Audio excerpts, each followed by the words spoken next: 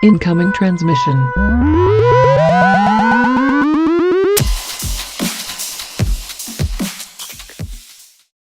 Aí eu conheci uma pessoa dentro da graduação, já das minhas indas e vindas. A minha história na academia ela é muito complexa.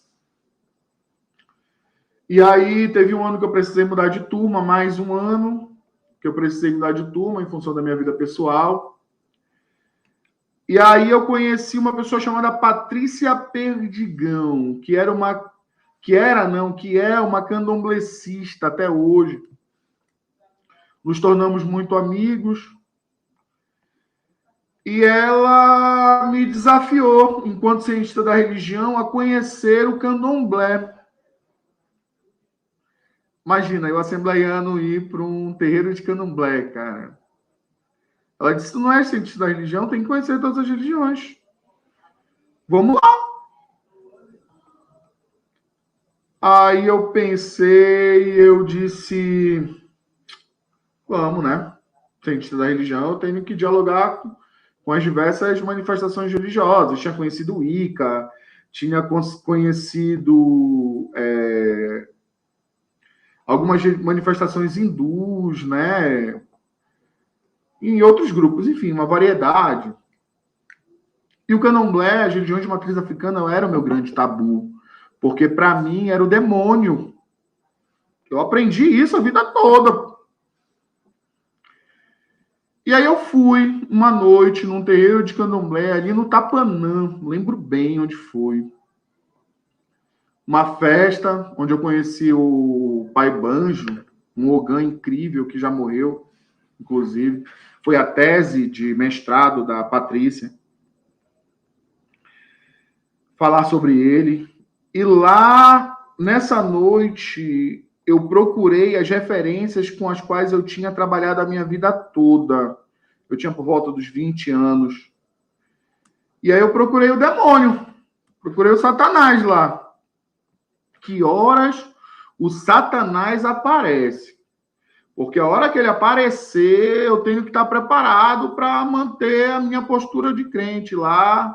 Na hora que tocar a trombeta, eu tenho que fazer igual Sadraque, Mesaque e Abidenego, Ananias, Misael e Azarias. Eu tenho que ficar firme e não deixar a minha fé... Só que, cara, não apareceu, né? Porque o demônio não existe no candomblé. E aí, aquele movimento, aquela gira toda que hoje eu sei e posso falar com mais propriedade, porque passei desde então a estudar a religiosidade de matriz africana com mais afinco. E aí, o meu TCC, meu trabalho de conclusão de curso, de cara, foi a utilização desses ritos na aplicabilidade da Lei 10.639. Isso foi libertador, cara. Isso foi libertador porque eu parei de demonizar a religião alheia e passei a enxergar melhor a minha própria fé. Comecei a ver que o demônio não era muito bem aquilo que as pessoas definiam no outro. E comecei a perceber, a entender, inclusive, melhor a Bíblia, sabe? A ver o demônio, o mal, o pecado numa uma completude mais ampla. Não é o meu inimigo, não é o outro, né? Não é o que manifesta, não é o que vive, não é o que prega, não é o que propaga outra fé. O mal que eu combato, ele vem através de mim mesmo, através da ausência da minha própria fé naquilo que eu acredito e do não entendimento nela.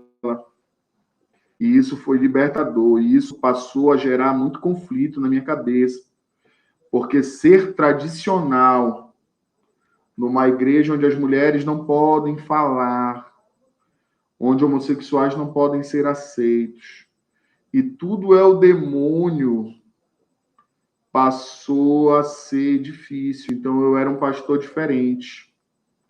E aí eu quero aproveitar essa oportunidade para contar uma história muito bacana que eu tenho na minha experiência de vida, que eu, sendo pastor, eu estava evangelizando um grupo de pastores, presbíteros e diáconos na rua, levando folhetos. E aí, nesse dia, eu era o líder, eu estava coordenando o evangelismo. Então, um grupo saiu um pouco mais na frente, eu fiquei instruindo alguns outros pastores atrás, nós todos vestidos de paletó e gravata, andando na rua. E aí, nós começamos a passar em frente a um terreiro, que estava num dia de festa, estava lotado, o tamborzão tocando. E eu ouvi, mas tranquilo, né? Não tinha problema. Quando eu olhei mais à frente, que ia aquele grupo de irmãos da igreja, pastores, diáconos, enfim, outros, eu percebi que quando eles começaram a passar pela frente, eles começaram a erguer a mão e a fazer o que nós chamamos de repreender, né? E aí eu dei um grito lá de trás, corri um pouco. Ei, peraí, ei, não, não, não, não, não.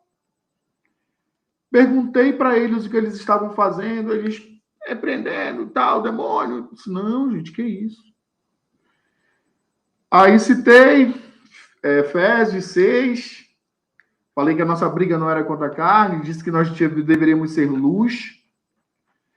E disse para eles que, como cristãos, na demonstração do amor, nós devíamos saudar as pessoas, tratá-las bem, ser luz, sal, amorosos. E aí eles olharam assim e disseram, é mesmo, né, pastor? Isso, então agora quando nós formos passar, deem boa noite, deem a paz do Senhor, tratem bem essas pessoas. E aquilo marcou muito a minha vida e a vida daqueles homens que depois conversaram comigo em outros momentos, que perceberam que não é o ataque que nos faz cristãos, mas o amor, o respeito, o entendimento de que o outro pode fazer o que ele quiser, porque o próprio Deus deu direito dele a isso. Só que no seio da igreja, na direção da igreja, isso ainda foi bem difícil. Bem difícil.